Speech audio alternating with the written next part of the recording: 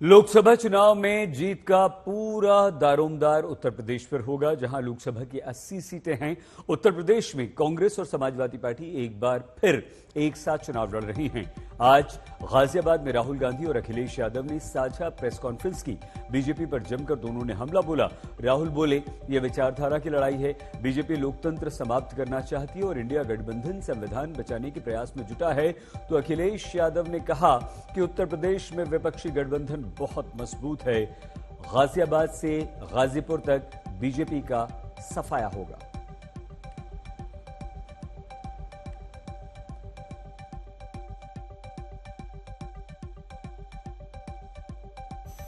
ये चुनाव विचारधारा का चुनाव है।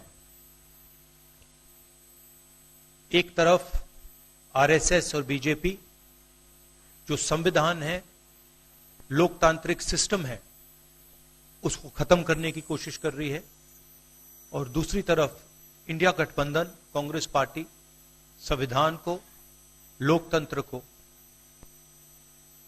डिफेंड करने की कोशिश कर रही है, उसकी रक्षा कर रही है। इस बार भारतीय जनता पार्टी को गाजियाबाद से लेकर के गाजीपुर तक इंडिया गठबंधन सफाया करने का काम करेगा। आज किसान दुखी है। तमाम जो वादे किए थे, भारतीय जनता पार्टी की हर बात झूठी निकली। उनके वादे झूठे। न किसान की आय दोगुनी हुई, न नौजवान को नौकरी रोजगार मिला, और जो सपने दिखाए थे विकास के, वो भी अधूरे हैं। प्रधानमंत्री जी कहते हैं कि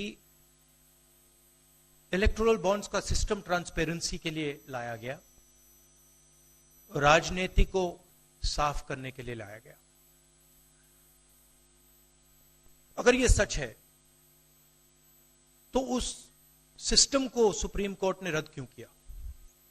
और दूसरी बात, अगर आप ट्रांसपेरेंसी लाना चाहते थे तो जिन लोगों ने आपको पैसा दिया, बीजेपी को पैसा दिया, हजारों करोड़ रुपए दिए, उनका नाम आपने क्यों छुपाया था?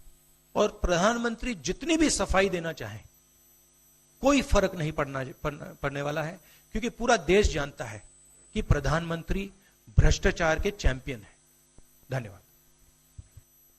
एनडीए को पीडीए हराने जा रहा है। और जहां तक सवाल परिवारवाद की बात है, आज नवरात्र है, आज शुभ दिन है। भारतीय जनता पार्टी के लोग संकल्प लें कि ना किसी परिवार वाले को टिकट देंगे और ना किसी परिवार वाले से वोट मांगेंगे। जो 14 में आए थे वो 24 में चले जाएंगे, और यूपी वाले स्वागत भी अच्छा करते हैं। और इस बार तो ढोल नगाड़ा और सब कुछ की तैयारी है। इस बार विदाई भी बहुत शानदार होने जा रही है। राहुल गांधी अखिलेश यादव को जवाब दिया बीजेपी के राज्यसभा सांसद डॉक्टर सुधांशु त्रिवेदी ने।